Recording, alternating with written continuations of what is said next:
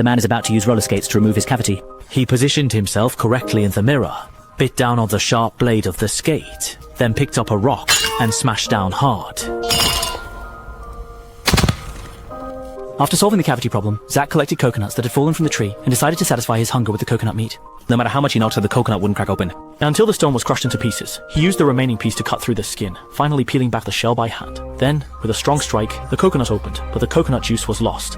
The second time, Zach changed his method and used a sharpened stone to drill a hole in the coconut. In this way, he finally drank the delicious juice. Zach regained some strength, and in order to understand the situation, he went up a higher hill. Looking down, he found that it was surrounded by the sea on all sides. There wasn't a single person to be seen, nor many living creatures. Just as he was about to break down, he noticed something on the sea surface. When Zach ran over to take a look, it turned out to be the captain of the crashed plane, whose face had been disfigured by the seawater. Zach fought back his grief and took off the captain's shoes. Although they were a bit smaller than his own feet, with some modification, he could wear them. He found a flashlight in the captain's pocket, and also discovered photos of his family in the documents. Zach dug a pit for the captain, and buried him, placing the photos into his front chest pocket. After doing all this, he also erected a tombstone for the captain. With this flashlight, he could see his wife's photo at night. This was given to Zach by his wife before his business trip. The two originally planned to get married upon returning, but now this deserted island has disrupted all their plans. For his wife, he still needs to survive here. The next day, he found a drifting package on the beach and prepared to open it to see if there was anything useful. Opening the first one, it contained some worn-out videotapes. The second one was a divorce agreement, then a volleyball, and also a dress. These things can't be eaten or drunk. He planned to open the last one, but feeling the wing logo on it, Zach hesitated. He decided to keep this parcel as a symbol of his will to survive. After the parcels were dealt with, he started working again, using the deflated life raft as a roof on tree branches, laying paper boxes on the ground as a bed, and with some modifications, the dress turned into a fishing net. Looking at the small fish in his hand, Zach swallowed hard. But as soon as he put it in his mouth, he couldn't stand the strange taste. Maybe this crab will taste a bit better, but when he broke off a claw and brought it to his mouth, the raw crab meat felt like snot, making him unable to swallow it. Zach had no choice but to give up the idea of eating raw seafood and started to imitate making fire by drilling wood as seen on TV. He tore up the divorce agreement, placed it on the tree trunk, and then frantically rubbed the stick. But by nightfall, his hands were too weak to continue, and he hadn't seen a single spark. Zach was very disappointed. Why does it look so simple on TV, but in reality, it's this difficult? The next day, when Zach was poking the coconut meat, he suddenly got an idea, so he tried again, using this method. But it wasn't long before the sharp stick pierced his palm. Furious, Zach threw it away, grabbed the volleyball, and threw it hard, then shouted loudly. After venting, Zach still had to face reality. He picked up the volleyball from the ground, saw the bloody handprint on it, and couldn't help but come up with an idea. He used his blood to draw eyes and a mouth on the volleyball and named it Wilson. This would be Zach's only companion on the deserted island. He placed Wilson on a nearby tree stump to have this companion oversee his continued survival. Maybe it was Wilson's supervision that worked, but the tree trunk actually started to smoke. Zach quickly crouched down and blew hard.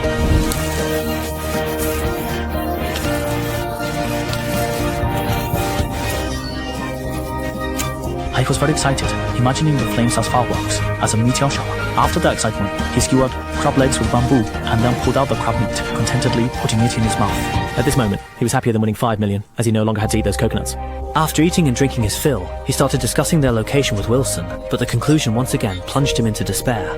Based on the time they have been drifting since the plane crash, unless the rescue team searches the entire Pacific Islands, they will never be found here.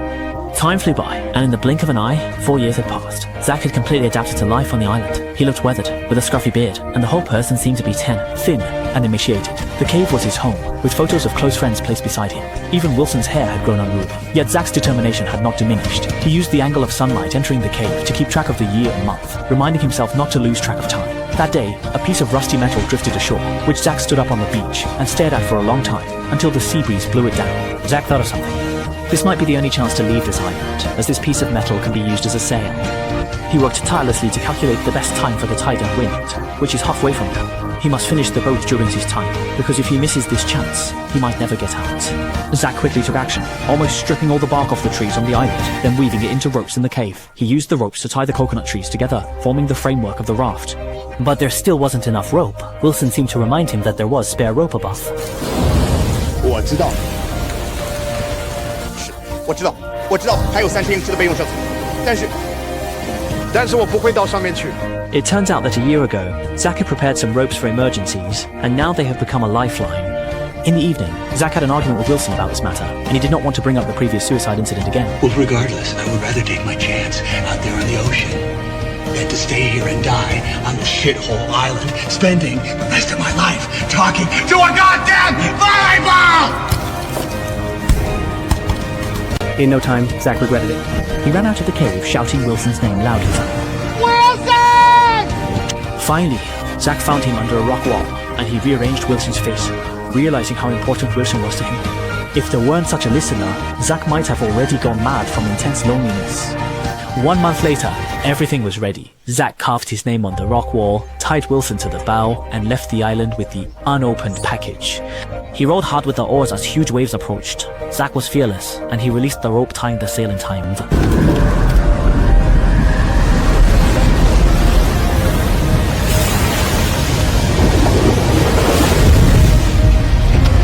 Riding the aftermath of the waves, he sailed far in one go, then turned back to look at the island where he had lived for 5 years. Now it was time to say goodbye to it. In the following days, Zach let the waves carry him away.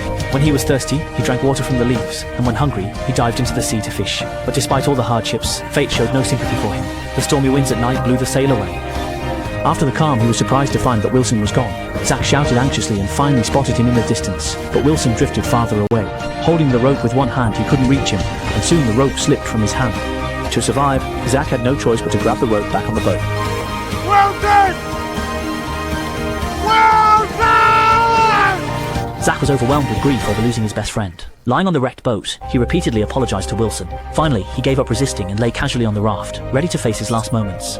However, hope always arrives in times of despair. That day, a huge roaring sound erupted behind Zach. He looked up and saw a massive oil tanker. A month later, Zach returned. But in 5 years, there have been earth-shaking changes. The girlfriend he longed for day and night is already married. Zach's company prepared a welcome-back banquet for him, but he felt somewhat bewildered as he looked around the room, especially at the crab leg and the lighter that ignites with just a press. Looking at what was once a warm home, now becoming unusually cold and quiet, Zach gave up the soft bed and instead became more accustomed to the hard floor.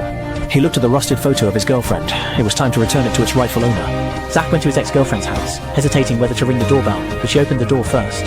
The two who hadn't seen each other for many years hugged tightly, but everything had long since changed. They chatted intermittently, but there was more prolonged silence.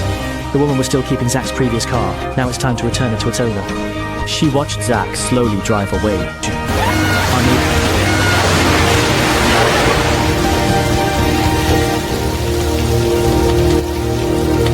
The two kissed each other, and everyone knew they were still in love. But in the end, the adult world is defeated by reality. In the end of the story, Zach bought a volleyball exactly like Wilson, and with the package that was never opened, he went to its owner's home. The backyard had the same angel pattern as on the box, and since the owner wasn't home, he left the package at the door and wrote a note of thanks, because this package gave him hope to live on. But what he didn't know was that inside the package was a waterproof, charge-free WeChat phone and a GPS tracker.